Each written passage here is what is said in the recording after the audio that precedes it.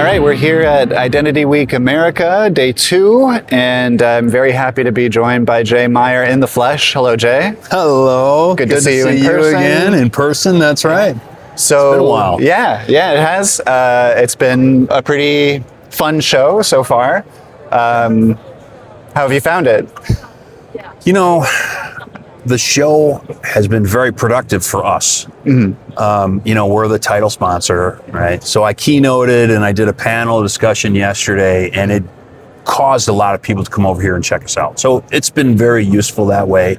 And the people, the management of the show are excellent to work with, right? We really enjoy it. That's why we keep signing up.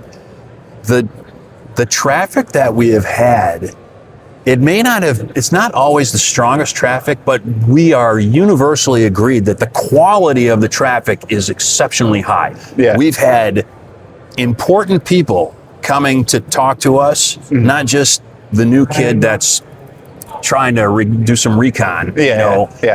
The important people are coming to talk to us about serious matters and serious things that they want to solve. And so that just gets us excited. I mean, I'd rather have one of those than 10 of the recon guys. You know what I mean? Yeah. So, and I guess coming off, we talked last year at Identity Week America, and you were just launching the UR code, and you had people, you gave a talk there as well, and you had people following you off stage after. So I guess you are still in this phase of you're spreading the word, you're making people aware of the UR code and what it is, and I guess it's a matter of consistently showing up and educating people. We're talking about, our focus has been to get legal identity issuing authorities like departments of motor vehicles or the State Department or national ID offices, get them to consider using a UR code alongside their credential, right? It solves many big problems for those organizations, and it validates the card, and it makes sure that this is the person that's allowed to use that card. Right? Yeah. But that is a long ball education process. There's a development cycle for each one of these organizations. They have to do a proof of concept. They have to get approval to do a proof of concept. So it's slow go in the first year. We're now at a point where we're starting proof of concept pilots at state departments of motor vehicles. We've already got active use of it in some municipal police departments and things like that. Oh, wow. Really kind of demonstration mode. And we have signed a number of name brand integrator partners that are interested in sort of what I like to call a designated intermediary, where they are licensing the UR code capabilities so that they can verify the credentials and the biometrics and the liveness of other people for other businesses, and we don't even need to know who that is, right? Yeah. So it's a great revenue share model, and it's a slow go, but it's starting to accelerate. And as people learn more about it, they become much more excited. It's not, once we teach somebody what a UR code actually does, they come up with their own ways to use it. They just suddenly, I'll give you an example.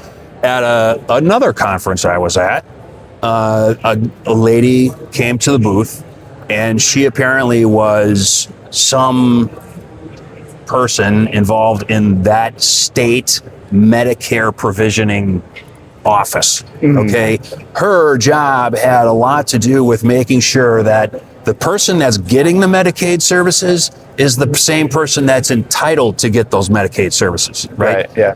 I explained to her how the UR code works and what it does, and she kind of went, Medicaid fraud.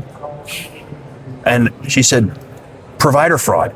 Medicaid pays for home-based healthcare services, and the home-based healthcare providers don't always check in. They just bill the government even if they don't go there, or they have a substitute nurse that isn't supposed to be there. Yeah.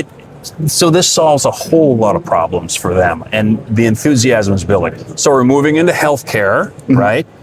I think everybody, well, you guys are Canadian, so who knows what you know about the U.S. healthcare system. We have a whole government propaganda campaign around how much better our healthcare is and how complicated the only U.S. healthcare is. Yeah, I know. The only trade-off is it takes months to get into a doctor in Canada, right? That is true. Okay, Yeah. so there's a trade-off. We'll just agree that there are problems on both sides. Yeah, but sure. one of the problems in the U.S. healthcare system is that the U.S. healthcare system has very poor methods of ensuring that you are the person entitled to receive those services. Right? Yeah. Fraud in the U.S. healthcare system is the biggest bullseye for hackers. And why is that? Because the U.S. healthcare system involves government systems, government payment systems and data, right? Yeah. Payers like insurance companies, huge monetary flows, individual identity data, provider identity data, right? Yeah. Medical data like electronic health records, patient matching is a big deal. How do you know this is actually the guy that's described by that medical record, right? So that is just a quagmire of data floating around that is ripe to be stolen and utilized for someone else's ill-gotten gains. The wrong person, an illegal person, is getting access to your healthcare services, and that just winds up in, that's just a fraud. Yeah. Right? Yeah. So we think they can do a lot of damage there. It seems like there is a huge opportunity, but as an outsider, and maybe I don't know, but it also seems like the healthcare sector is pretty gnarly in terms of like bureaucracy. So That I'm just is kind of true. curious. That I'm is sure true. you can't like probably give us details, but like what's it like trying to like introduce this new, like it's a cutting edge solution and you're trying to introduce it into this huge bureaucratic system. You know, you can, there's ways to go about these types of things so that you touch all of those organizations simultaneously. Yeah.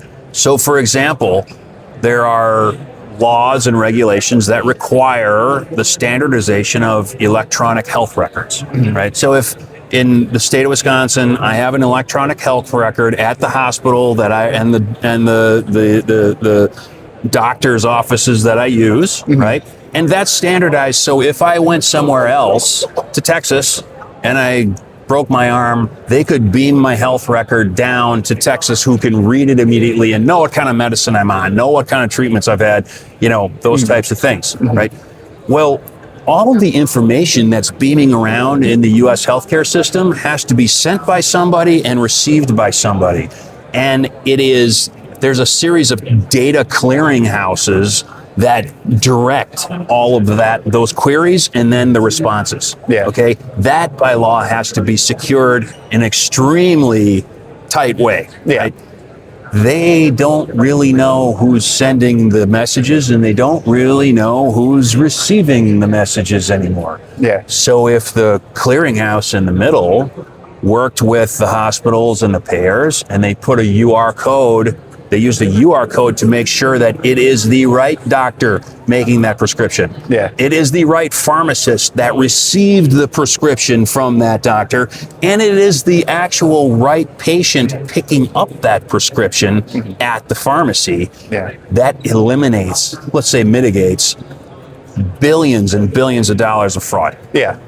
Yeah. Makes sense? It's a clear, huge opportunity. Right. So yeah, so you've got government, like broadly speaking, it's obvious use case for UR codes, mobile driver's licenses. It sounds that's pretty active. Physical driver's licenses too. Physical driver's license, healthcare. Are there other like sectors like that you're pushing into? Well, you know, there's this physical access control industry. Yeah. It's been around forever. They make gates and they make electronic gadgets that you slide your card in so you can get in the door, right? So imagine that for a minute. How do you know if it's the right person sliding the card? I mean, you see that in movies all the time, right? I beat you up, I take your card, and I get in the door that I'm not supposed to get in, Yeah. okay? The UR code printed on that credential would guarantee that the correct person is there using the card to get through the door. Right, yeah. Right? And so I think physical access control provides a big opportunity for us as an OEM. We simply partner with the companies that are making the cars, Right, yeah. and making the equipment. And if their customer wants that level of identity assurance, it's there for the taking, right? Yeah. And that's really how that industry works anyway. So Right. it's a perfect example. It's another slow go kind of a thing.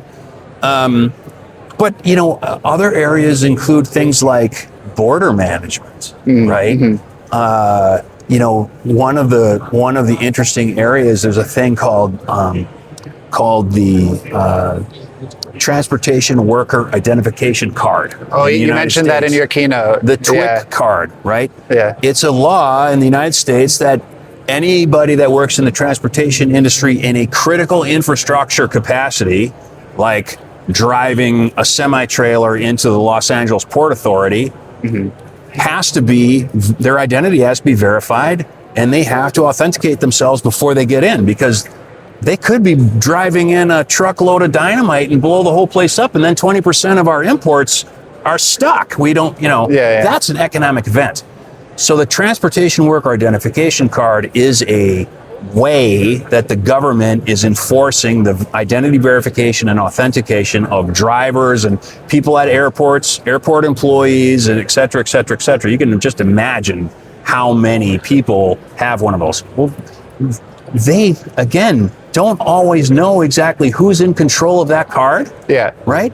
They have a chip in it, the ISO 14443AB chip, right? Yeah. That validates the card, but those chips frequently break. The antenna on that chip frequently breaks. So the UR code on one of those cards would be an excellent backup to the chip.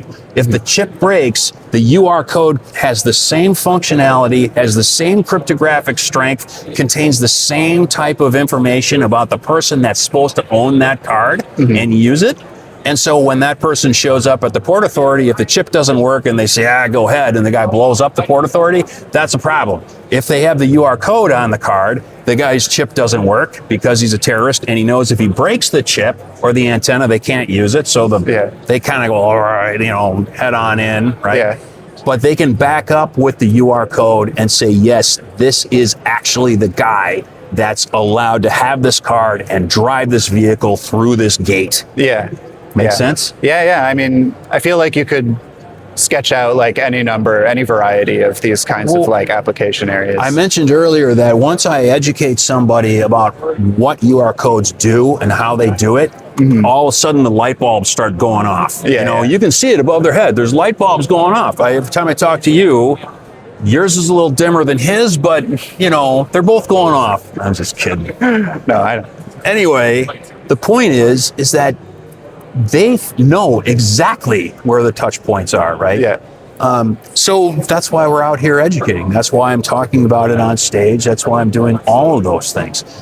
It's just a matter of time. This is the only way to solve this problem today. Yeah. Right? And I'm not even sure if I answered your question. What was the question? No, I didn't ask when I was just like, wow, there are like a lot of stuff we could come up with where we can apply UR codes. Any place, in a nutshell, any place where a privilege, access control to a privilege is negotiated, meaning any place somebody tries to use a privilege they've been authorized to use, and we have to confirm that this is the person allowed to use that privilege, that's a place the UR code fits. Yeah. Physical access control or logical access control, it doesn't matter, right?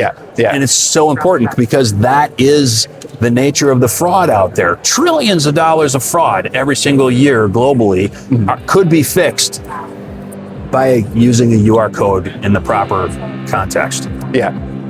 It's a great note to end on. So I wish you guys luck, and thank you so I'm sure much. we'll talk again. I want to track this progress every step. Absolutely. Yep, we have more progress every day, so keep checking in. All right. Jay Meier.